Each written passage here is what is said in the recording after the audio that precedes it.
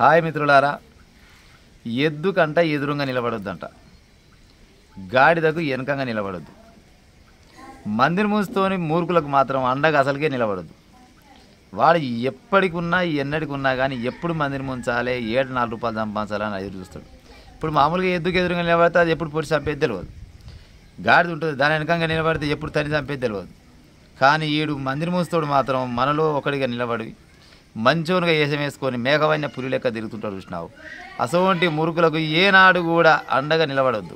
ఇక ఉంటా మరి. హాయ్ మిత్రులారా, ఎద్దు కంట ఎదురుగా నిలబడొద్దంట, గాడిదకు వెనకంగా నిలబడొద్దు.